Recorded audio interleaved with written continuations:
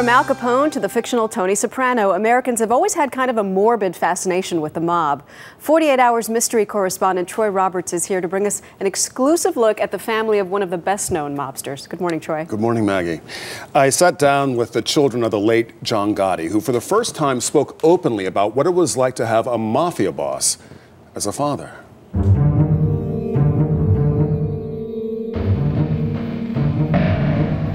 They are images the public has never seen before.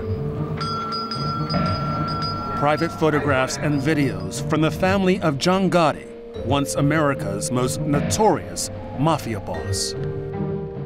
I loved the man, but I loathed the life. For the first time, the flamboyant kingpin's children are breaking their silence about the secrets, the lies, and the life they lived growing up Gotti. How difficult is it to accept that your own father, either directly or indirectly, killed people?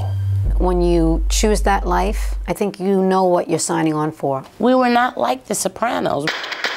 We didn't ask him, did you kill anyone? With their father often gone, in prison or living on the lam, they say the Gotti legend looked a lot less glamorous from the inside. I would lay awake nights and cry a lot thinking, is my dad gonna come home? Is he gonna get killed? I used to get up as a young boy and I used to get excited when I would go and see that my father was alive. When I would hear him snore, I knew he made it home. More than 7 years after John Gotti died in prison, his son, John Jr., is on trial for drug trafficking, racketeering, and murder. If convicted, he could face life behind bars. I know he's not in that life. There's no one that's more sure of that than I am. John Gotti Jr. claims he left the mob in 1999. The government says not true.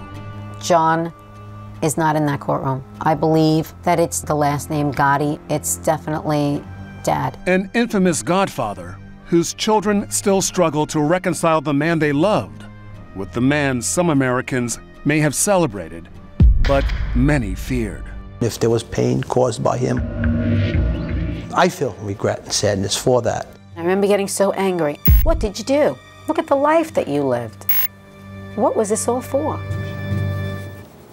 Wow, Troy. Did the kids realize when they were growing up that their father was a criminal? Well, the parents went to extraordinary lengths to hide his criminal enterprise from them.